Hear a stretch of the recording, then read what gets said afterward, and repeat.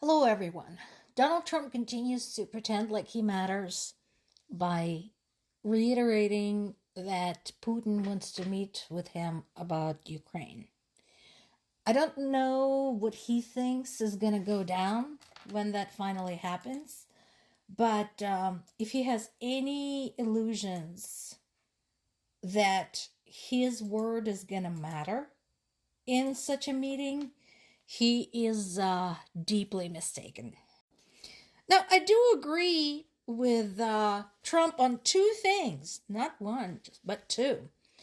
And that is, it's true, we do need to end this war. And yes, this war is horrible. But it's always been my understanding that if you're going to mess with an international conflict, the biggest one we've had since World War II, you should maybe be informed about it.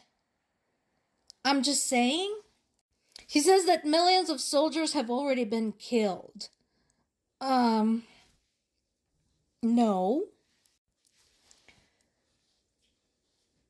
Russia had lost about 700,000 soldiers since February 2022.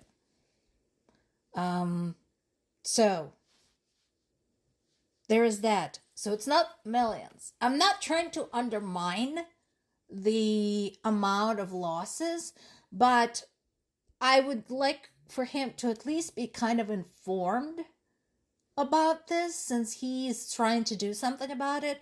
Also, he pointed out that soldiers have died. What about the civilians? What about all of the Ukrainian civilians who are dying every fucking day, including children? Or does he not care about those?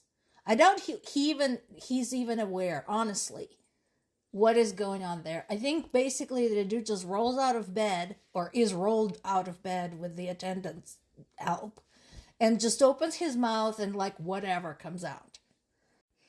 The subject of North Korea keeps coming up. They're saying they're preparing to send more troops. Again, guys, if you are not worried about wasting the lives of your own compatriots, that's fine. So I don't know how long it's going to take before North Koreans themselves will get sick and tired of this bullshit. They're also saying they're going to send more weapons, including drones. They have provided some of the rocket launchers and howitzers. However, they haven't been doing so great because some of this crap is so low quality that stuff actually explodes before it leaves the ground. So that ought to tell you. And the death toll has been updated again. So remember, we were first talking about just a few dozen. I think the initial number was 30. Then we went up to about 100. Now we are up to 1,000 killed or wounded. So that is 1/10 out of commission of the total that the North Koreans had sent. Remember, the total number initially was somewhere between 10 and 11,000. So that's 10% within just a couple of weeks after they jumped into the fray. So, dear North Korea, Ukrainians have been at this for a while. We don't care how many of you we have to turn into sunflowers. And of course, it appears that Russia is not content with ruining countless lives, killing civilians, destroying buildings. They're also destroying our environment. So remember, we talked about the oil tankers that broke up, literally split in half in the Black Sea.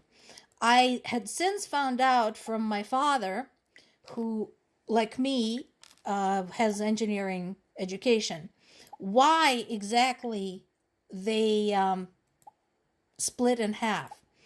Initially, those tankers were designed for going across the sea only. Some genius decided to retrofit them to also make them small enough to be able to go up and down rivers. In order to do so, they basically cut the ships in half, took out the middle portion, and then welded them down the middle again. Even people without engineering education should understand what that would imply. You have basically gigantic weld going down the middle of your ship that is exposed to the stresses of being in the sea, in salt water, in the wind and the storm, etc. routinely. You do the math. So that's why they fell apart. And they dumped a bunch of oil into the sea. So now we're talking about up to 200,000 tons of polluted soil. We're talking about 9,200 tons of oil that spilled into the sea. At least half of it did. And that oil slick has already traveled so far that it had reached the Sea of Azov, which is adjacent to the Black Sea. And where are all the environmental activists? Where is Greta Thunberg? She's busy defending Hamas, and I guess other environmental activists are busy throwing paint at paintings.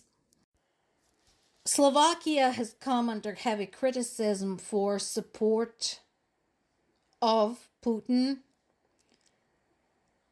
Slovakia's Robert Fico basically expressed his desire, wanting to help Putin earn money to fund the war and weaken Ukraine. How did that come about? Well, Slovakia is still taking oil from Russia. Everybody else stopped. It took some of them longer, but eventually most of Ukraine's allies stopped taking in Russian oil. Slovakia continues to do so, even though, yes, there is not a shadow of a doubt that Russian oil revenue largely goes to fund the war in Ukraine. Once again, I don't know how to punish a member of the European Union for this kind of behavior. Do they have anything in their charter? If they don't, they should. Because apparently Hungary is not the only one who supports Putin. We also have Slovakia. I know we have some others. So, something to think about. And there continues to be an exchange of drone traffic.